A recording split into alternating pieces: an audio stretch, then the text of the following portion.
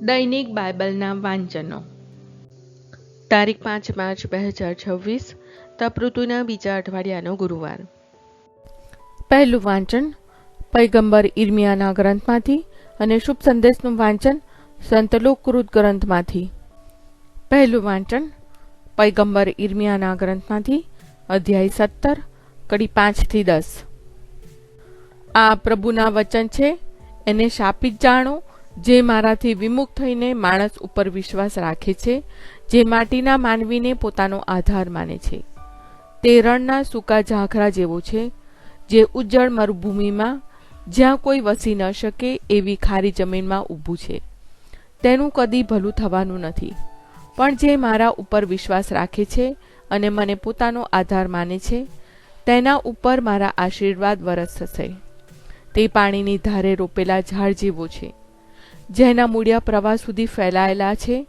તાપ પડે તોય એને કશું ડરવાપણું નથી. એના પાંદડા લીલાછમ રહે છે.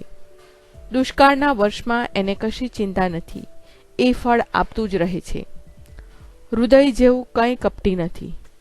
એ એવું તો કુટિલ છે કે કંઈ કહેવાની વાત નહીં. એને કોણ કડી શકે? હું પ્રભુ હૃદયનો તાગ લઉં છું, અંતઃકરણની પરીક્ષા કરું છું અને માણસને તેના કર્મોને અનુરૂપ બદલો આપું છું. આ પ્રભુની વાણી છે, તે આપણો આધાર છે. શુભ સંદેશનું વાંચન સંત લુક ગ્રંથમાંથી, અધ્યાય 16, કડી 19 થી 31. શ્રીમંતોનો ધર્મ. એક શ્રીમંત હતો. તે મખમલના વસ્ત્રો અને ઝીણામાં ઝીણી મલમલ પહેરતો અને રોજ ભારે દબદબાથી જાફત ઉડાવતો. તેના આંગણામાં લાજરસ નામે એક ગરીબ માણસ પડી રહ્યો હતો. તેને આખે શરીરે ઘારા પડેલા હતા. એ શ્રીમંતના ભાણામાંથી પડેલી એઠવાડથી પેટ ભરવા તે તલસતો હતો. કૂતરાઓ સુદ્ધા આવીને તેના ઘારા ચાટી જતા હતા. હવે બન્યું એવું કે એ ગરીબ માણસ મરી ગયો અને દેવદૂતો તેને અબ્રાહમ પાસે લઈ ગયા.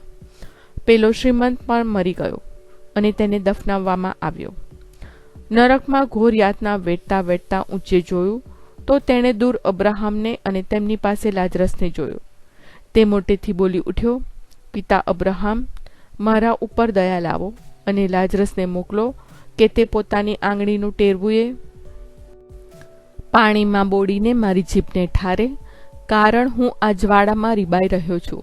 પણ અબ્રાહમે કહ્યું, બેટા, જીવનમાં તને સુખ જ સુખ મળ્યા હતા, તેમ લાજરસને દુઃખ જ દુઃખ મળ્યા હતા, તે તું યાદ કર.